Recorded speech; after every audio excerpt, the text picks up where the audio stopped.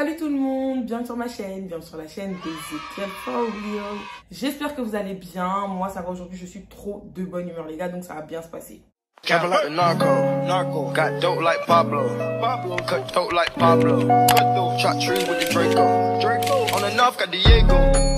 Donc dans la vidéo d'aujourd'hui, comme vous avez pu le voir dans le titre, on va parler de mon parcours scolaire parce que j'ai eu beaucoup de questions à ce sujet. Donc sur mes différents réseaux sociaux, vous m'avez demandé quelle filière j'ai suivi, quel a été mon parcours. Donc aujourd'hui, je vous explique que tout. Avant de rentrer dans le vif du sujet, n'hésitez pas à vous abonner, de liker, de partager, d'activer la cloche des notifications et de laisser un petit commentaire. Comme je vous le répète à chaque fois, plus vous allez interagir avec mon contenu et plus YouTube va le proposer à ses utilisateurs. Donc n'hésitez pas, c'est gratuit et ça prend juste une seconde. On va parler un peu du collège mais ça sera très rapide parce que j'ai rien de spécial à raconter sur ça. Mais il faut savoir que moi j'ai été au collège dans une zone éducative prioritaire, donc dans une ZEP. C'était vraiment le bazar, c'était le speul. Mais malgré tout, je suis restée une élève sérieuse, assidue, ponctuelle, jamais en retard. Sur les 4 ans de collège, je n'ai eu qu'une seule heure de colle pour vous dire à quel point j'étais sérieuse. J'étais toujours dans les 3 premiers de la classe, au pire des cas, dans les 5 premiers. Pendant les contrôles, les gens voulaient toujours s'asseoir à côté de moi pour avoir des bonnes notes. J'étais trop intelligente, c'est pas ma faute. Je passais ma vie au CDI. Dès qu'on finissait les cours, direct j'allais au CDI. Souvent, on finissait les cours hyper tôt, genre 14h, 15h. Moi, de 15h à 18h, j'allais au CDI. Tellement j'aimais lire, j'aimais trop me cultiver. En 5e, 4e, 3e, j'ai fait du latin, j'ai fait du grec. Je pense qu'on peut m'applaudir parce que c'est pas donné à tout le monde et je pense que ce n'est pas tout le monde qui a fait latin et grec. Attendez, j'essaie de réciter un peu une de mes poésies en latin là, si je m'en souviens bien sûr. Arma virum quecano, Troiae qui primus aboris, Italiam fatum profobus, la vignaque venit litora. Multum milletteris, iactatu cet alto. Après, je me souviens plus. Voilà. Et en grec, je crois, je me rappelle de plus rien. Je sais même plus réciter l'alphabet. Attendez, j'essaye. Alpha, bêta, gamma, delta, epsilon. Bref, je me rappelle plus. Voilà. Là, ici, j'ai un de mes meilleurs bulletins du collège. Non, je suis obligée de vous le lire parce que j'étais tellement sérieuse que je suis obligée de partager ça avec vous. J'étais tellement une bonne élève que je suis obligée de partager ça avec vous. Français, 16-10. Très bon trimestre, élève sérieuse, autonome et bonne camarade qui montre de l'intérêt pour la matière. Félicitations. Latin, 16-40. Ensemble très satisfaisant. Mathématiques, 10-90. Ensemble convenable, bonne participation. SVT, 15-70. Très bon trimestre, de gros progrès, continuez. Sciences physiques, 15-40. Bon trimestre, bonne participation. Histoire-géographie, 11-50. Des progrès sensibles au cours du trimestre, grâce aux efforts de sérieux et de concentration, il faut persévérer pour continuer à progresser. Anglais, 16-30. Très bon niveau, très bonne participation, Ezekiel est une élève très motivée, toujours prête à participer, qui est tes camarades, je la félicite. Arts plastiques, 16-40. Excellente participation et une pratique très personnelle, continue. Éducation musicale, 17-20. Net progrès ce trimestre, très bon résultat. Technologie, 17-10. Excellent trimestre de l'implication et une envie de bien faire, continue ainsi. Éducation physique et sportive, 19. Excellent élève, bravo. Faut savoir que moi j'ai fait de l'athlétisme dans le passé, donc en cours de sport, faut pas voir comment j'étais motivée. Je voulais trop montrer aux garçons que, hey, vous là vous êtes des garçons, mais moi je suis une femme et je suis plus forte que vous. Donc faut pas voir comment c'était la concurrence dans ma classe en sport. Ce qui me faisait en tout une moyenne de 15,90. On va dire 16, hein, bien sûr, faut arrondir. Appréciation globale de l'ensemble pédagogique. Excellent trimestre, élève moteur et investi dans toutes les matières. Et en fait, ce que les enseignants ils faisaient au collège, quand tu avais de bonnes moyennes, de bons résultats et tout, ils te décernaient des prix, on va dire. Donc, il y avait les félicitations, les compliments, les encouragements. Et quand tu ne travaillais pas, un avertissement. Votre go, on n'a eu que des félicitations et des compliments. Attention, j'ai encore ça ici. Attendez, je vous montre. Le conseil de classe de la 6e A, réuni le 19 mars 2010, a décerné les félicitations à Ezekiel. Félicitations. Félicitations. Félicitations. Compliments.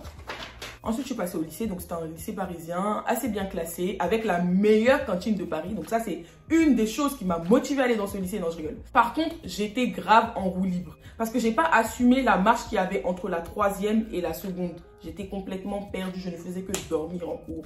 En mathématiques et en sciences physiques, laisse tomber comment c'était catastrophique. J'avais une sale moyenne. Et en maths, j'avais 2, wesh. 2. Ensuite, après la seconde, j'ai voulu faire une première ES.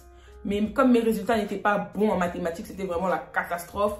On m'a dit à Ezekiel, franchement, on aurait bien voulu te laisser passer en ES, mais les résultats ne sont pas bons. Donc ma chérie, va en STMG. J'avais grave le seum, parce que je voulais pas aller en STMG. En fait, pour moi, STMG dans ma tête, ça sonnait en mode cassos. Et je voulais pas être dans une classe de cassos. Au final, je suis allée en STMG. Franchement, j'ai grave kiffé, c'était super intéressant. On faisait du management, sciences de la gestion, genre plein de matières intéressantes comme ça que j'avais pas fait auparavant. En plus, ma classe, elle était trop bien, il y avait grave une bonne ambiance, on faisait que rire, se taper des barres, tout ça. Franchement, c'était grave cool. Ça a changé de la seconde parce que je sais pas si je l'ai dit. Vous voyez? Voilà les pompiers qui sont en train de gâter ma vidéo. J'aimais pas l'ambiance, c'était vraiment trop nul. Maman! Voilà, maintenant ma maman est arrivée, je pourrais pas finir ma vidéo. Donc comme j'avais de bons résultats en première STMG, je suis passée en terminale STMG. Et arrivant en terminale STMG, en fait, il y a plusieurs options. Donc il y avait l'option ressources humaines et communication, gestion finance et mercatique. Et moi j'ai choisi ressources humaines et communication parce que c'était une des options où il n'y avait pas trop de calcul de mathématiques, sachant que moi je déteste les maths. Et en terminale, bah, ça se passait bien, j'avais de bonnes notes, une bonne moyenne. Les maths, c'était toujours aussi catastrophique. J'étais très très bonne en langue, donc anglais, espagnol, faut pas voir comment je tuais ça. Jusqu'à mes profs, ils m'ont fait des lettres de recommandation pour le BTS. Donc voici ma lettre de recommandation que ma prof d'espagnol m'avait faite. Moi je suis une meuf qui garde tout, c'est pour ça que j'ai encore la lettre de recommandation d'ailleurs.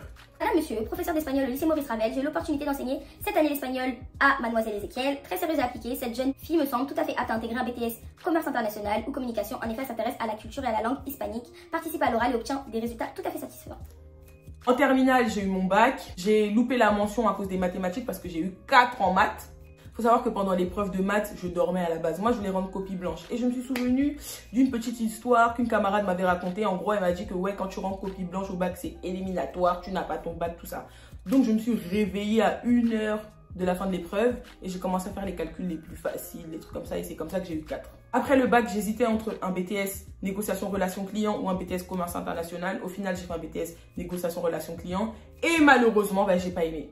J'ai grave pas aimé. Comme j'avais la flemme de me réorienter, je me suis dit, vas-y, un BTS, c'est 2 ans. Au pire, je prends sur moi pendant 2 ans. J'essaye de réussir mon BTS et après, je fais autre chose. Sauf que franchement, la première année, c'était catastrophique. Je faisais que dormir, on faisait que rigoler en classe. Franchement, j'étais grave pas concentrée. Je vais pas vous mentir à dire que j'étais l'élève modèle en BTS parce que c'est pas vrai. En deuxième année de BTS, là, je me suis réveillée parce que je me suis dit, attends, cocotte, il y a un examen à passer. Si tu ne réussis pas, il n'y a pas de rattrapage. Tu vas devoir redoubler. Tous tes camarades, là, ils vont te laisser et puis tu vas te retrouver avec ceux qui étaient en première année.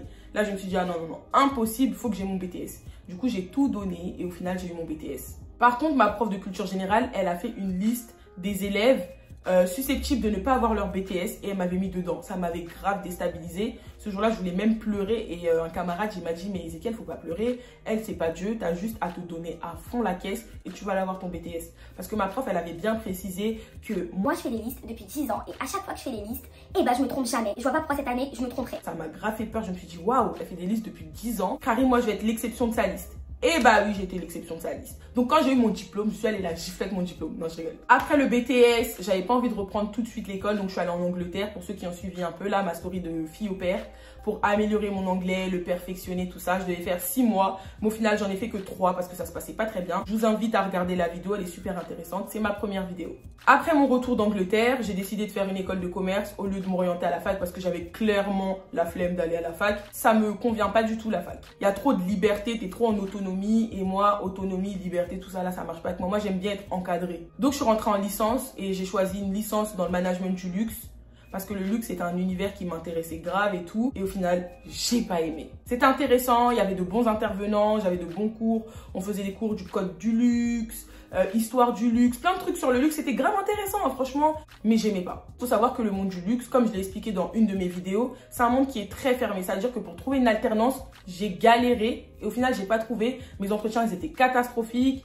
C'est trop fermé, en fait. Pour travailler dans le luxe, il faut vraiment connaître des gens et moi je connais personne. Et quand t'es noir là pour entrer dans le luxe, ah mon gars, faut batailler. Et franchement, j'avais pas cette force. Par exemple, vous voyez cette coupe là, si je travaillais dans le luxe, j'aurais pas pu la faire. Et ça, vas-y, en grandissant, c'est des trucs que je peux pas accepter en fait. Soit tu m'acceptes comme je suis, soit tu ne m'acceptes pas. Je vais pas commencer à me lisser tous les jours les cheveux, à plaquer mes cheveux tous les jours parce que je veux travailler dans le luxe, non. En plus, j'aimais pas trop l'ambiance de ma classe. Franchement, c'était trop nul. Il n'y avait aucune cohésion, aucune communication. C'était vraiment nul. Du coup, vu que j'ai pas trouvé d'alternance, j'ai dû faire mon année de licence en initiale et j'ai payé 8 000 €. Mais de toute façon, vous inquiétez pas, je ferai une autre vidéo où je vais parler de l'école de commerce en général. Je vais vous expliquer comment j'ai fait pour financer mes études et tout. Vous inquiétez pas. J'en parle pas aujourd'hui, mais je ferai une vidéo à ce sujet-là. Je ferai une vidéo spéciale école de commerce. Après ma licence en management du luxe, j'ai décidé de m'orienter vers quelque chose de plus général. Donc, j'ai fait un master en marketing et stratégie et franchement, je suis comme un poisson dans l'eau. Je kiffe ce que je fais, j'aime trop mes cours et c'est trop bien. Les matières, elles sont intéressantes, j'apprends beaucoup, j'aime beaucoup ma classe, il y a une bonne ambiance. Du coup, là, c'est ma dernière année de master et je compte grave en profiter, essayer d'apprendre un maximum de choses, profiter de mes derniers moments d'étudiante et voilà. C'est vrai que là, j'ai parlé de l'école de commerce, mais je ne suis pas rentrée dans les détails, mais ne vous en faites pas, je vais faire une vidéo à ce sujet. C'est la fin de ma vidéo, j'espère qu'elle vous aura plu. N'hésitez pas à vous abonner, liker, partager, activer la cloche des notifications et laisser un petit commentaire justement si elle vous a plu. On se retrouve très prochainement pour une nouvelle vidéo. Je vous fais de gros bisous.